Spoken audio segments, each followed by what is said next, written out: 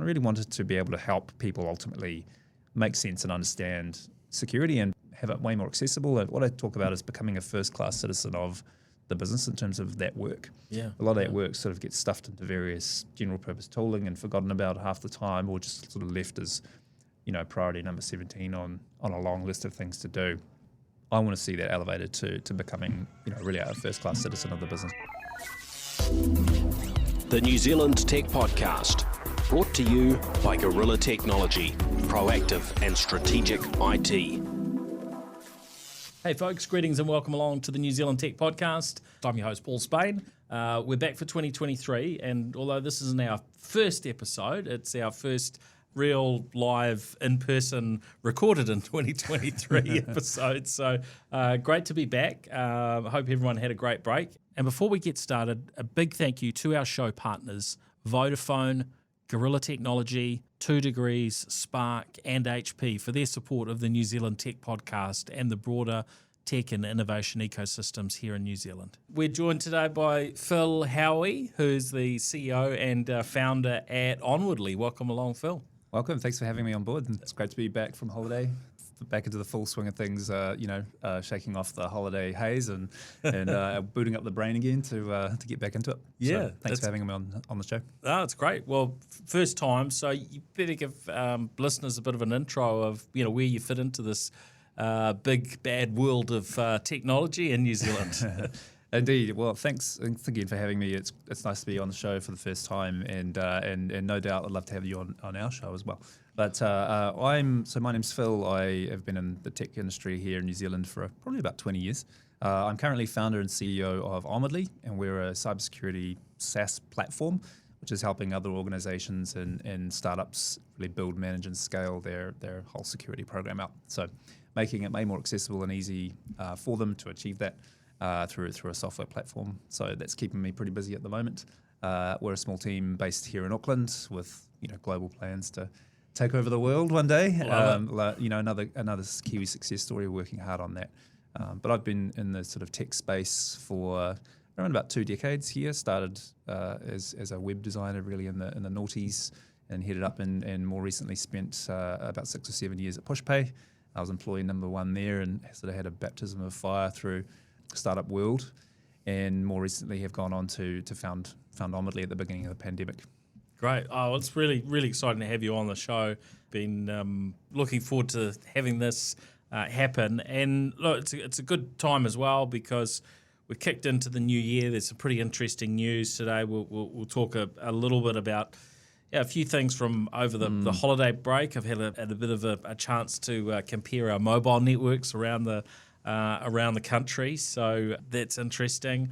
We've got some questions around whether New Zealand should be banning TikTok, which was a question posed yesterday on TV3. Of course, in that context, you get a very short space to sort of delve into the topic, so I thought it's a good one to delve into a little bit more. Also, Tesla making Kiwi Chinese member of their team, what appears to be the number 2 in Tesla, pretty much. In fact, it was even rumoured late last year that he was going to be the new CEO, take over entirely, but seems to have taken the 2IC position to Musk. So we'll delve into that one a bit there on CES and some of the cool things coming out of CES, into a couple of quite current topics on cybersecurity, and of course a chance to delve in and hear about Onwardly and some of the Onwardly story. First up, I guess this time I've spent outside of home, outside of Auckland, sort of tripping around the country.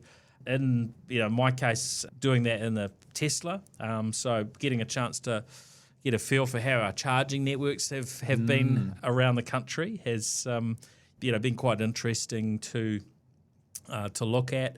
I think actually we're doing pretty well from that perspective. I think we've seen a huge uptick in the number of electric vehicles on the road. Yeah, they're everywhere.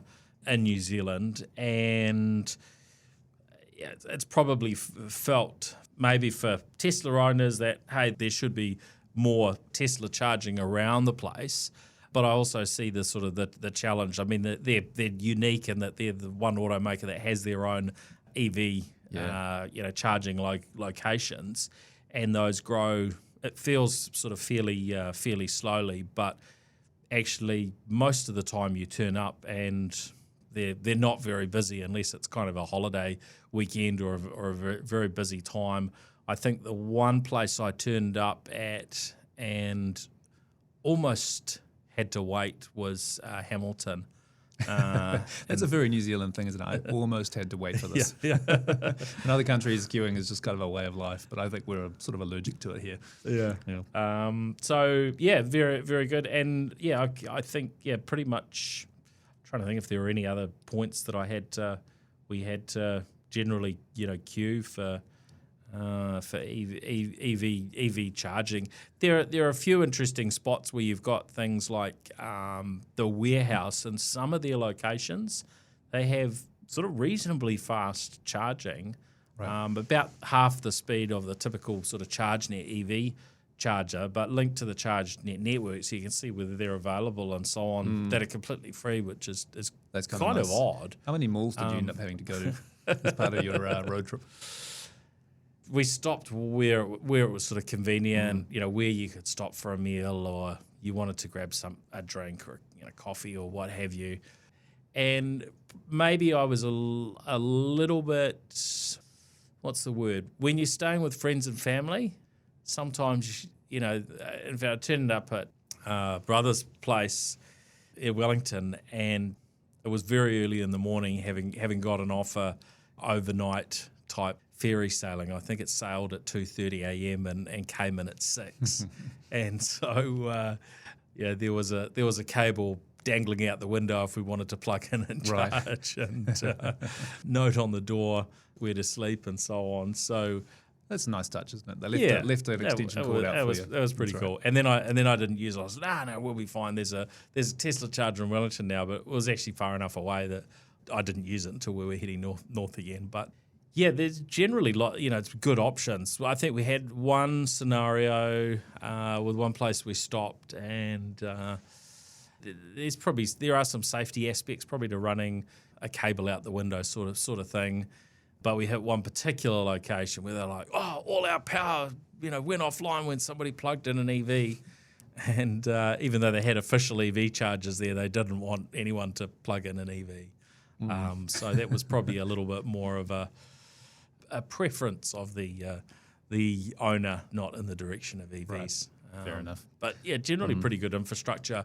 Went to Te Anau and then took the road to Milford Sound. Milford Sound didn't have any EV charging because they're not on the national grid. So you got some scenarios like that, and you just had to think about it. It wasn't any sort of issue in terms of the actual range. We had enough to get there, get back, and stop lots of times along the way for photos and wandering around and so on. See the sights. Yeah, so I think we're in a position as far as that's concerned. Got to look at sort of comparison with our mobile networks between Vodafone, Spark, and 2 Degrees. And we had Mark Callender on a few months ago from 2 Degrees. He was touting how good their network is, and hey, we're as good as the other guys, sort of thing. And I guess it had probably been a while since I had tried their network, but I wasn't quite sure whether there was any sort of validity to that. But what I found now is actually the three networks are reasonably similar in terms of coverage. Right. Where the difference seems to be is whether you're getting, basically what speed you're getting out of the network. And but yeah, most often the areas where I found that there say wasn't coverage, and the Milford Sound trip was one of those examples, and there are a few spots around the country where there are sort of black spots, which I know the government's been investing into to improve, which is awesome. But yeah, generally it just comes down to who's got the better speed in a given situation more often than one network's got coverage and the others don't. I mean, there was a little bit of that, but it was as much more even than I would have guessed, or certainly from where we were a few years ago. Most of the time you just live on one network, don't you? So it's hard to. You're often not really doing the comparison. Yeah. So how did you do all three? Did you sort of have different SIM cards, or were you just roaming on different ones? So two phones, iPhone, Android. iPhone had an eSIM, and yes, had a SIM, and then Android had a SIM in it, and so you got that good comparison.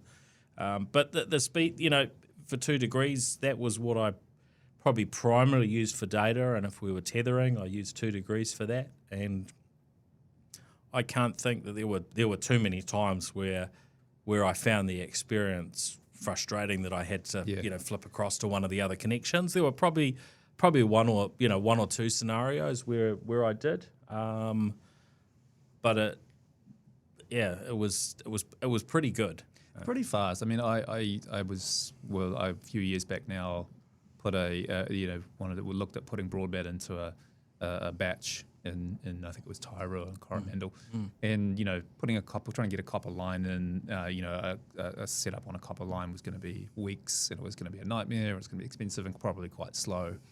And so Spark had come out with the little 4G modems, and it was just basically perfect. It was awesome speed. Setup was about 15 minutes. Put it anywhere, and it's just using cellular data, and it serves the whole house. People watch Netflix and all sorts of stuff on it, and it's really, really good, And so, we're pretty lucky, I think. Yeah, we are. So, and it's good to have that competition. Of course, mileage is going to vary depending on where you are. I think there's a role for Starlink, and in fact, in the recent chat that I had with Tony Baird, the CTO at Vodafone, he was talking about Starlink being an option now for them to drop a cell site in a location. It needs to get backhaul and communicate with the rest of the network. Right. And so I was thinking, actually, it was on the way to Milford Sound when I was in a spot with no coverage. I was thinking, wow, that would actually be quite transformational. You could drop a cell site absolutely anywhere, and as long as you can get some sort of power generation, that's not too expensive, and who knows whether they maybe need a commercial variant and exactly what they'd be paying, but the fact that they could get that satellite backhaul to put a cell site in a location that otherwise would cost many millions of dollars to connect up potentially. That's brilliant. Yeah, I mean, surely camper vans and yachts and things are pretty obvious examples for that as well. Where you're probably likely out of significant coverage for long periods of time, for sure. Yeah. Yeah. Well, I did see there was a photo went round when Starlink started coming out with somebody that had a Starlink dish attached to the front of their Tesla or something. For probably just mucking around, but. Yeah, there's a lot more options now, right? I was listening to, I was reading some other news recently about some of the predictions that Starlink will actually go public this year and probably be worth somewhere north of $75 billion. So, significant and pretty impressive technology for sure. Yeah. Other thing on the trip that I used, I visited the folks at Ferntech shortly before I headed away and picked up the DJI Mini 3 Pro, and they've also, around the same time, they launched the DJI Mini 3, which is a slightly lower cost, but has a lot of similar technology in it, but it's a lower price point. And picked one of those up, and there were a few locations where I was able to fly that, and really a big step up from I'd had the tiny little, or the original DJI Mini, which I think is probably sold under the name DJI Mini SE these days, and that was maybe $600, $700, $800 depending on how you buy it, with a Fly More kit or just the basic one before, and that really impressed me. Did end up smashing it up though. In fact, 2 of them. So what I liked about the Mini 3 Pro, better video, better, I guess, sort of range, because it's using DJI's own RF tech rather than just Wi-Fi for the communication. Sure. And the fact that it's actually got some collision avoidance sensors, as long as you're not flying it sideways. So you have to be a little bit careful. on that front, but I didn't smash it up. And yeah, but definitely pretty impressed with it. And the other thing with the just the plain Mini was you had to use your cell phone to be sort of the screen for the controller.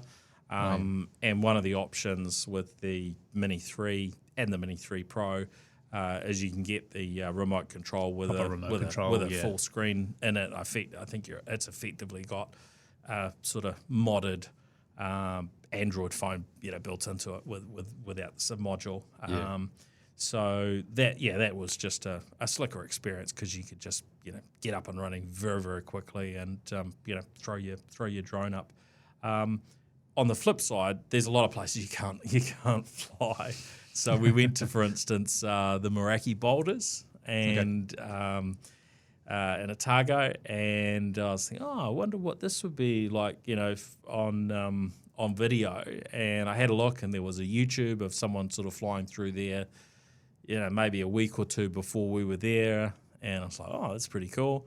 And then I Googled what are the council regulations in the area, and no, you have to have gone through and and got approval before you can fly. So I'm not sure whether whoever took that video did maybe that. They want to quietly take that down or not. They get a call from the council. So, and whether the councils really do anything about it, because I think probably all of us have been somewhere where you wouldn't probably really like drones sort of flying over, and maybe there's even signs up saying no drones, and you're in an incredible part of New Zealand and there's drones flying around, and Milford Sound was one of those spots where it was no drones, and actually I can't remember whether we saw any drones there, but you've got an airport there that's right there, so you need to be very careful about that sort of thing. There's a lot of wisdom for not flying drones in some of these places, but hopefully people are getting the message. There was some increasingly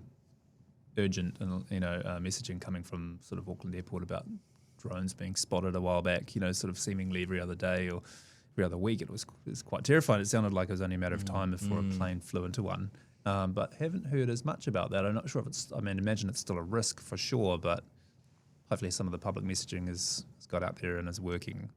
Look, I think you've got the AirShare app, which gives you advice on where you should and shouldn't be flying, which is helpful. But you do have to look up the local council regulations and so on as well. Worth doing that stuff if you're going to fly a drone. But it's amazing how far drones have come over the sort of last, trying to work how many years, 12 years that we've been doing this show. The very early ones that we'd be getting sent, in the early days of NZ Tech Podcast, to just the quality of the drones now, how they just can sit in the air so still, and the video footage just absolutely stunning, broadcast quality from a sub $1,000 drone in some cases. So really cool. Now couple of topics that I guess are really definitely for us in New Zealand. One was this question around whether New Zealand should be banning TikTok. What are your thoughts about TikTok as a platform, and in terms of I guess some of the data that they collect, and then is TikTok as a company trustworthy, and then is the environment that they operate in sort of politically something that we can feel as though it's okay or not? I mean, what are your thoughts on maybe how we should analyse this? Those might be the wrong questions. Yeah, I think there's a long history of social media companies, abusing our privacy. So there's nothing new there. I think they've kind of taken it perhaps to the next level, and there's certainly some geopolitical risks there that perhaps we haven't quite encountered in the same way before. So there are certainly increasing calls, around the world to ban it. Some countries have already banned it completely outright. I think locally here in NZ, members of parliament are not allowed to install it on their phones, so it's already sort of Well, they're advised not to. Strongly advised not to. You'd be high risk to do that. So I think it's cause for concern. There's some really smart people. Adam Barlow, I think, was quite vocal about this recently. I think it should be approached with a lot of caution. I mean, I use it a little bit personally, but it's very, very addictive as well. I think regardless of sort of the data they have on you, just the whole the algorithm and everything that's put in front of you is kind of like they've hacked your brain. It's amazing and quite full on. So I think there's definitely some concerns there, not for adults but for kids as well. So I think approached with a lot of caution and you're really keeping an eye on what permissions you're giving it, particularly at a technical level. Turn everything off, dial it all down would be the absolute minimum, bare minimum. And if you're worried, don't install it at all, probably. It is concerning for sure. Yeah, and look, there've been issues in the past, haven't there?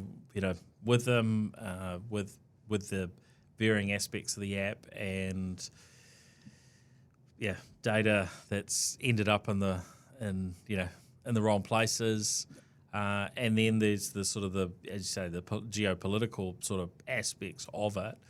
I mean, you look to the US, and I don't think there's too many people that would put all their faith and trust in the varying sort of governmental organisations in the US, but most of us would probably feel a little bit more sort of relaxed that if something untoward is sort of happening, that's being driven by those sort of government entities or even by a social network, that people are more likely to speak up about it. They're whistleblowers, and these things sort of tend to come out if there's something pretty bad happening. And I guess we've seen a lot of that with Meta and so on.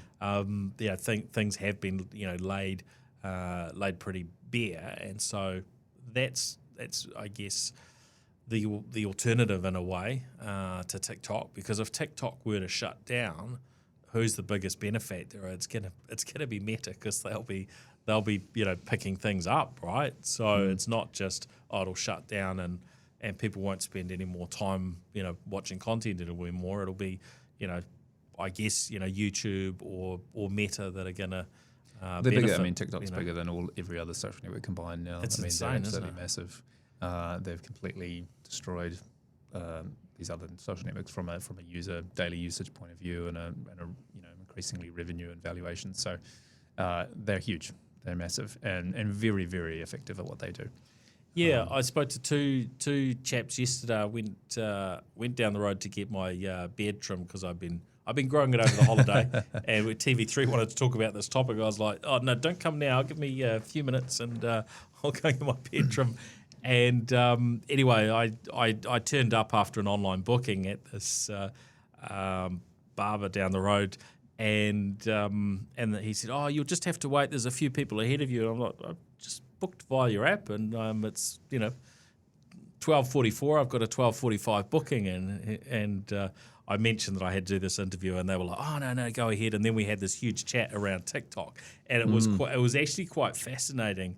One of them was we looked through his, how much time he had spent on it over the last few days, and it was typically around an hour 20 every single day. The other chap said he had actually written, he'd done a project on TikTok while he was I think at high school, which is finished up in university now, but he'd written this paper on what he felt were the inherent risks of the platform. But even he said, "Oh yeah, I'm on there," and he had a look, and he's spending 50 minutes a day on it, even though he's actually convinced that it's probably not a good platform. And so you've got this sort of challenge of just how addictive it is. I guess it's like any addiction, right? You kind of might know that thing's bad, but it's not necessarily once you're into it, it's not necessarily an easy thing to go. Oh yeah, we'll flag that. I'll stop smoking. I'll stop smoking today because I know that's bad. It's like there's a little bit more challenge to it. And then if we step back to that bigger picture from a national perspective, if the government actually says, okay, we're cancelling TikTok in New Zealand, then how does that play out? It's going to impact some people's businesses because there are some businesses that have invested a lot. I spoke to the founder and owner of the Kiwi water park in Cromwell on the New Zealand Business Podcast, or the New Zealand Sales and Marketing Insider recently, and they're getting millions and millions of views on TikTok. That's kind of how they've built the business, right? Yeah. So if that disappeared overnight, I mean, it might cost them maybe $500,000 in terms of lost business, right? So it's not. There's some complexities to making these changes, aren't there? I mean, people are probably making their living off it as well. Influencers and people like that are really, really big. Not just traditional businesses, but like influencers who will be earning quite considerable money and all that sort of stuff as part of their world as well. So yeah, I think there'd be a lot of angry 12-year-olds as well, no doubt, throughout the country. But look, I think it has to be considered, and especially in light of being an election year. I'm not too alarmist about this, but I think there are some genuine concerns. I mean, I guess the small chunk that they took on the TV3 story yesterday from me, or one of the two, was that I'd be more comfortable if it wasn't operating in New Zealand. How do you feel? Yeah, I mean, it's hard to ban completely because it's. I mean, how do you block it at an IP address level? Like, how does that even work? Right? Yeah. Sure, you could probably always get around. You could remove from the App Store maybe, but it's a website. It's kind of everywhere. I think that's hard to do in some ways technically. I don't know. I kind of had a really strong opinion on this. I think I should be approached with caution and watched pretty carefully. But banning is probably a fairly drastic move that not that many countries are prepared to fully do. That are Western countries, I guess. It's pretty unusual. So isn't it's pretty unusual to completely ban an app. Yeah. I can't think of too many apps which are just outright banned in New Zealand right now. That are approved on the store but actually banned for what other reasons, I guess the topic came up because this is really being pushed US wise, where it's been blocked at a government level to a large degree, and the debate is ongoing around basically blocking it completely in the US. So it's going to be an interesting one to follow. I think if there is a ban in the US, we might see more than the current state, where I think India's the high profile location where it's been banned to date. So I think as more data, more evidence is gathered on how it's being abused, that will fuel the case for more and more. Like I was reading something the other day about journalists' IP address. Location data was being gathered out of the to check basically, to be used against them. And so as you start to see more abuses of people's privacy and human rights, I think you're gonna make a pretty strong case. Now, quite a big one that I've noticed nobody seems to really have been sort of talking about in the media. I was sort of maybe expecting a headline around it or something. Was we heard about Tom Zhu, who was the head of Tesla in China for some time, and he'd been across in the US overseeing some operations there. Seems to have been formally positioned to a very senior role now within Tesla. That looks like it is very much the second in command of Tesla. And I guess it could be argued that that the things that we heard late last year, that he was going to be the CEO of Tesla, that he is in or almost is in everything but name, with the focus that Musk is putting on Twitter. But he's a Kiwi. He's got a New Zealand passport. He's studied a few blocks away from our studio down at AUT, Auckland University of Technology. And I think it's really, really cool to see see that link to New Zealand, to see that, and wow, he has he's done incredibly well. What Tesla have achieved under his leadership in in China from a production standpoint is just mind blowing. I mean that factory that they have there, is outputting. Yeah, I think probably the majority of vehicles that they produce globally across 4 factories. Hundreds of thousands of vehicles, most of it's coming, and their current sort of run rate, I think they're able to produce, if everything's operating well and staff aren't taken out by COVID. That one factory can probably produce equivalent or close to, or maybe more than what they produced in 2022 in terms of vehicles, and so understandable they would be looking at drawing on him a bit further afield. But interesting that he's doing more than just the production side. So obviously a really switched on chap. I think that is like what people often don't think about with famous entrepreneurs such as Elon Musk, who are in the spotlight a lot, is there's often a very capable. Well, there has to be a capable executive team behind them, underneath them, that are out of the spotlight, getting on with making it all happen. And clearly, those people exist in Tesla and SpaceX and all these sorts of things. So they probably don't want to be in the spotlight naturally, but they're obviously doing really, really good work to make it all happen. The reading that they had slept at the factory, during some of the COVID outbreaks over there, which is a very Elon Musk thing to do. So he's clearly, he's clearly spent some time in the sleeping bag. Which is probably one bit of Musk's approval as well. So good on him. He's obviously doing very well. He's a very, very smart, capable guy, for sure. Yeah. I'd be fascinated to follow it and see, as there, he's got his Kiwi passport. We don't know too much about him. There's been bits and pieces online around what he's done before and so on. He's a very talented leader by all reports, and would love to see him back in New Zealand. We'll take the credit for it as a country for its success. Yeah, that's right. Absolutely. That's probably all the discussion we need to have about Musk this episode. So on to other things. Hard to avoid sometimes, isn't it? Yeah. CES, what used to be the Consumer Electronics Show, always the big thing at this time of year, and some years prior to COVID, I would go there. It is such a full on event, and it was really nice to be doing family things, catching up with family and friends, and doing other things and enjoying New Zealand summer.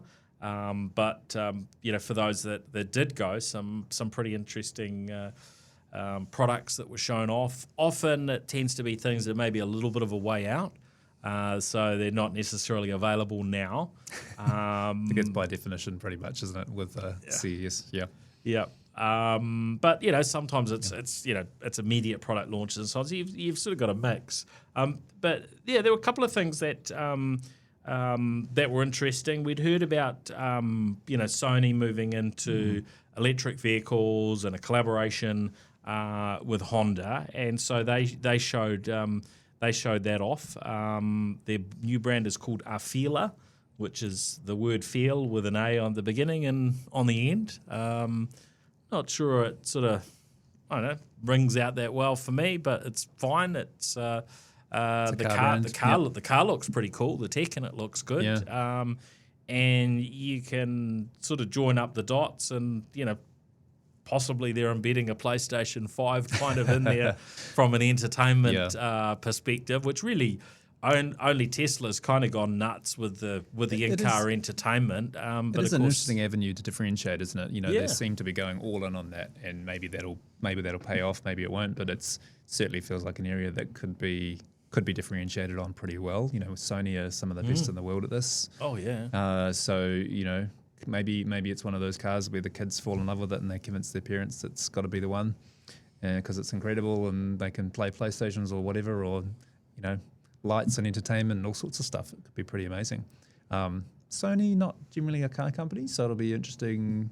They're talking about using graphics for things like the heads-up display and using Unreal Engine, which is interesting to see how that goes. I think there are some quite well-established conventions around driving a vehicle that probably shouldn't be messed with too much. And it's interesting coming from kind of my backgrounds, and part of my background is user experience design, and so I think about these things quite a lot. And there's something I was reading something recently about that tactile hardware controls still actually win out at the end of the day when it comes to things like driving a car. Even instead of a lot of the touchscreen controls that you have now to do things, they actually just work better because they're easier to find and more tactile and all that sort of stuff.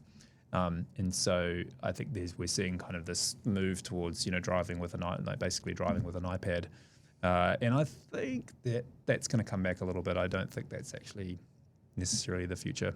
There's a bit of a balance, isn't there, to get a good result? Yeah, it's a bit fiddly, and I think it's kind of dangerous in some ways when you're trying to go 3 screens deep and toggle a slide controller just to control something. I think that's kind of dangerous, and maybe you need technology to stop you crashing as part of the package. But there's something to be said for actually some well placed tactile hardware controls. So interesting to see how that all shapes up. Yeah, look, I think it's quite fascinating. Now, one of the other things that caught my attention was on the smartphone camera front and technology from LG Innotek, who was showing off a optical telephoto zoom lens.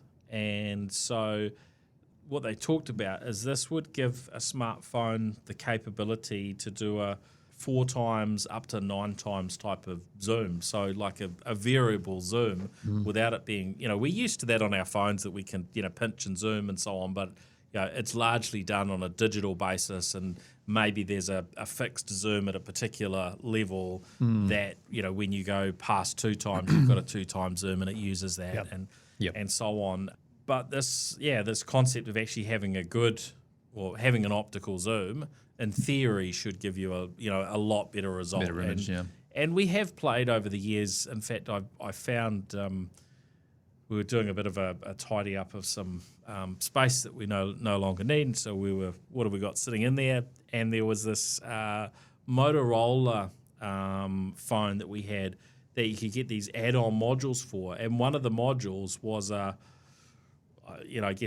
full zoom camera with a full optical zoom that would, come out, I don't know, 6-7 centimeters or so.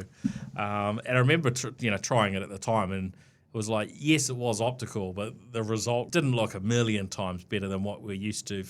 Then you've got to carry this kind of big, you've got an extra hardware to carry, big thing with you. But it was an interesting concept. If they can take that and put that into a high-end smartphone, I think that would be pretty good. And I found myself sort of using a mix of different mobile devices depending on where we were. So, there was Samsung's good for that, bigger zoom because of the lens it has.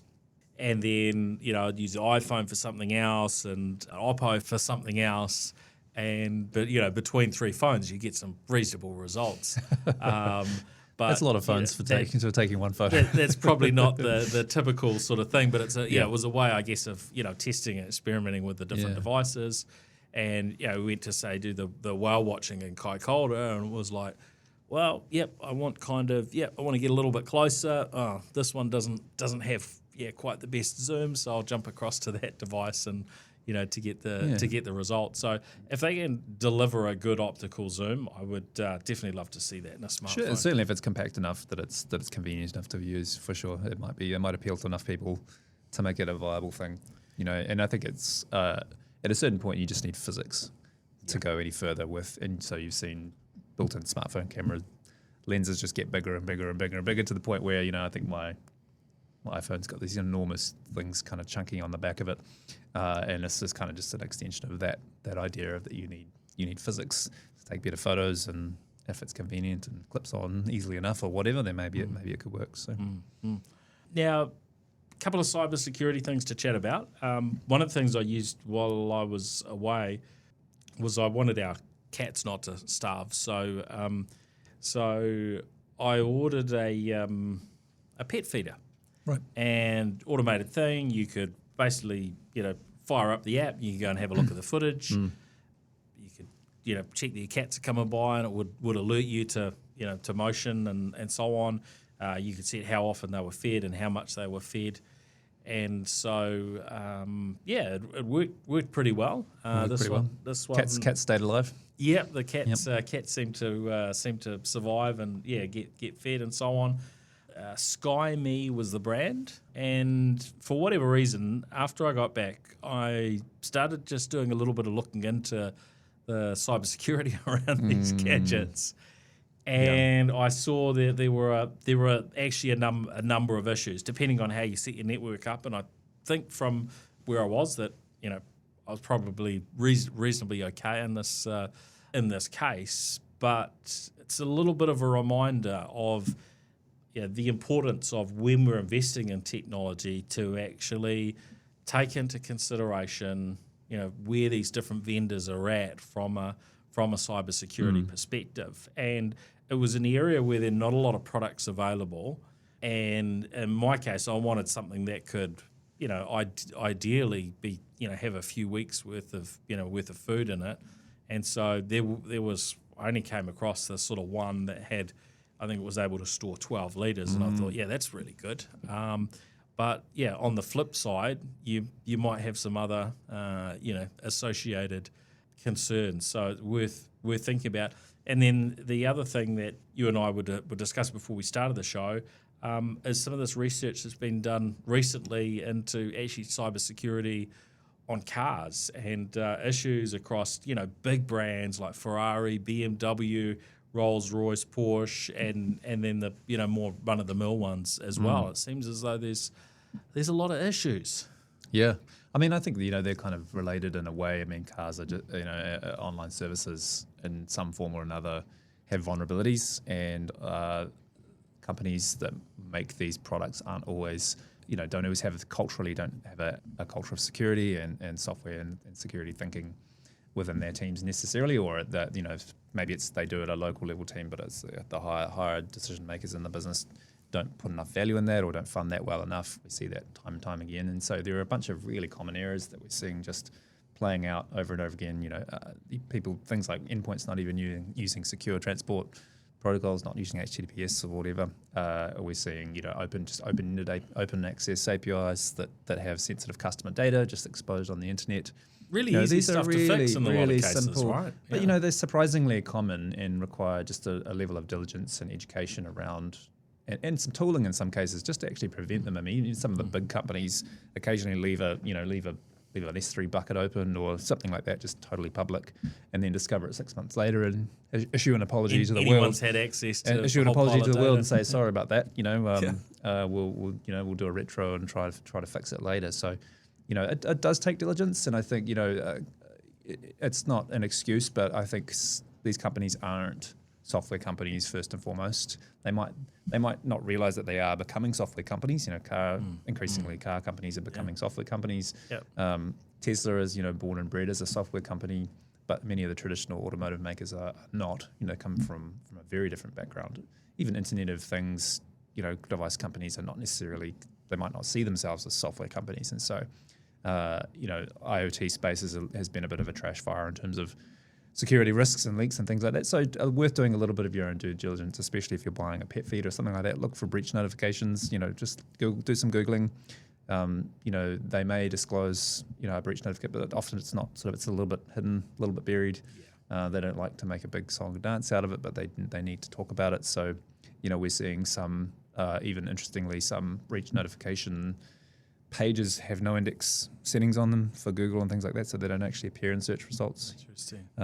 Companies, they sort of have an obligation to disclose, but they don't want it sort of living forever in search results.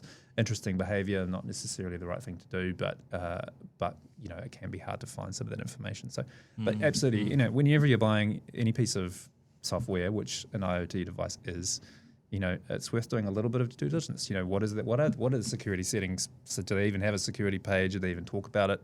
Have they had breaches? Where do you go to alert or notify of a breach? Do they even have a way to contact them, or are they just sort of a stone wall to the rest of the world? So all those things actually factor in pretty well, and that applies equally to the software world. Whether you're provisioning business applications or whatever. Yeah, you want to know about that. Definitely in the business world, you need to have robust processes to go through around your due diligence, right? Your It's product no different selection. It's no different. Yeah. It shouldn't be any different for consumer stuff, really. Yep. Now, let's hear about Onwardly. Sure. Share some of the story of where Story you're at of this crazy world. What have you been working on? Because I think there will be an interest amongst listeners in what you're doing and what you're offering, and probably be relevant for some of them for sure.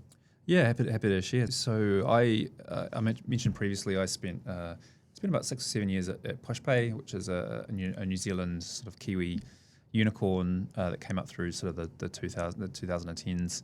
And I was lucky enough to kind of be on the ground floor of that, in the right place at the right time, and knew one of the founders quite well, and came in and really helped build out the first version of Pushpay, and really journeyed through the growth of that with the team, and was surrounded by some really, really amazing people, and got to really learn a lot from that experience, particularly around, engineering, but design, but also crosses over pretty heavily into security as well, because being fintech and payments, obviously security has to be set as a pretty high standard from the very beginning. Definitely. So we were dealing with all sorts of lovely things like PCI and all that sort of stuff, really from the beginning.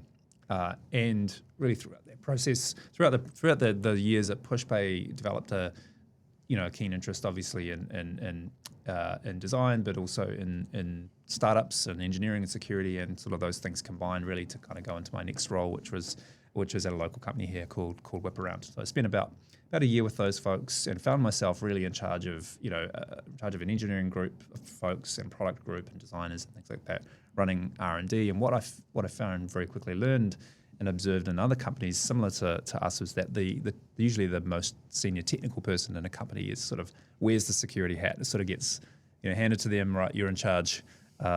Figure it out.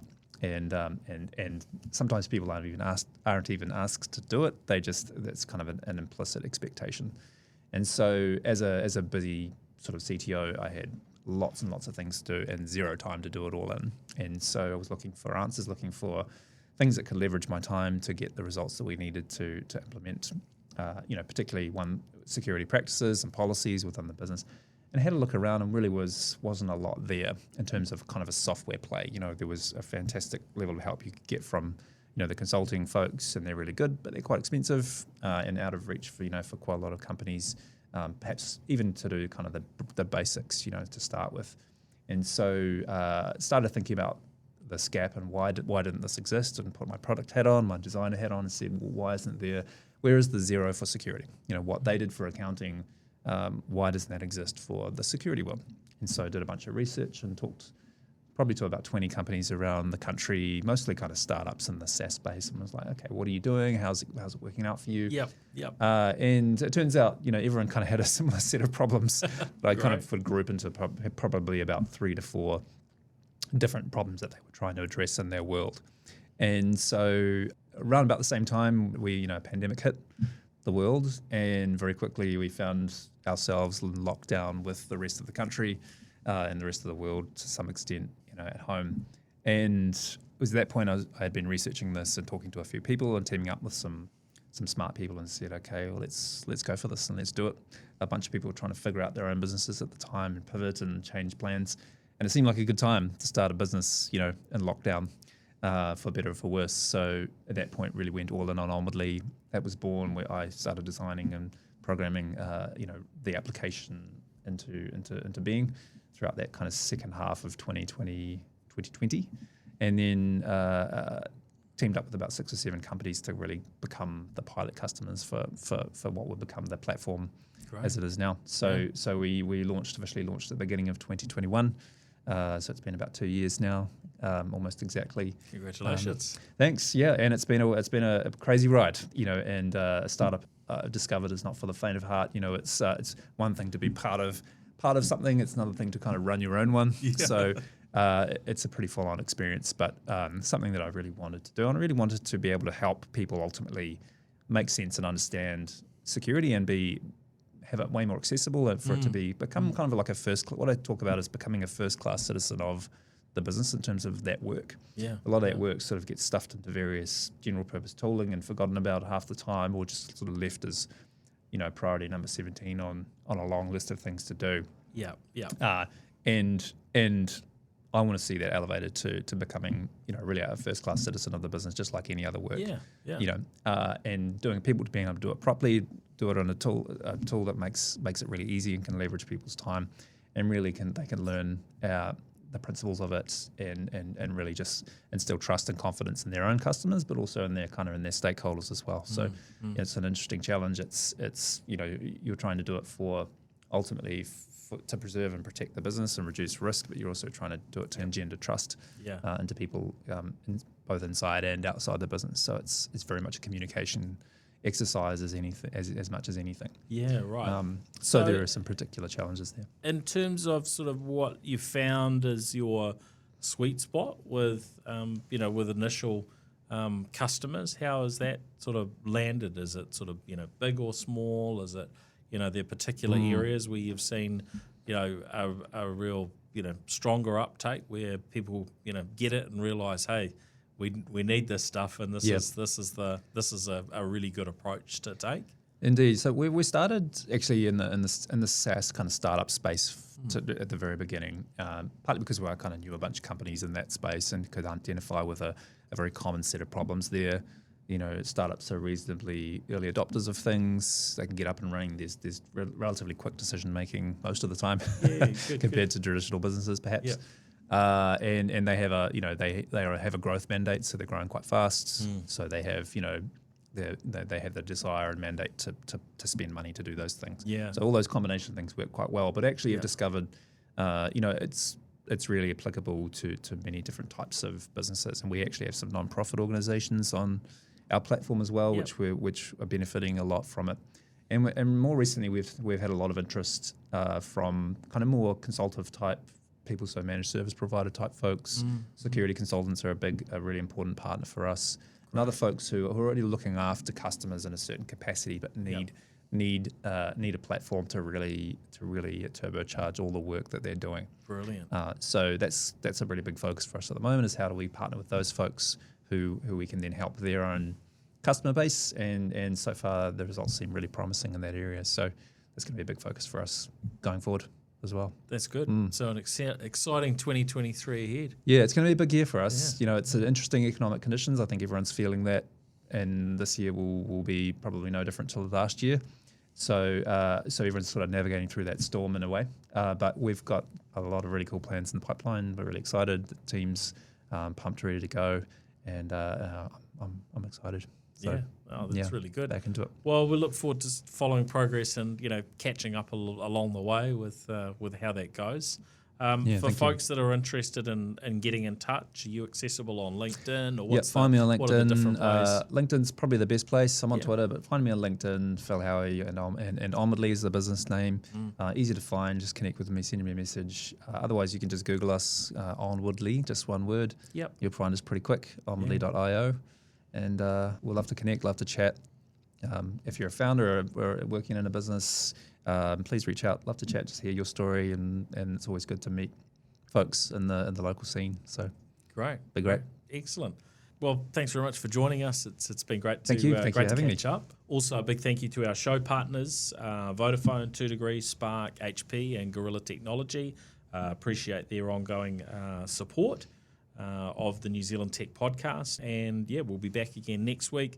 Now, for those that have been watching the video, do make sure you go and find NZ Tech Podcast in your podcast app on your phone, so that you've got those episodes that you might miss from a video perspective. So if you're new to audio podcasts, then the likes of Apple Podcasts, Google Podcasts, Spotify, easy way to go. If you're listening to the audio but you haven't caught the video, most times on a Tuesday afternoon we will be going live, and whatever platform that you consume video on, we're on. I guess LinkedIn's sort of the main platform, so you can certainly follow myself and NZ Tech Podcast there, on Twitter and Facebook and YouTube as well.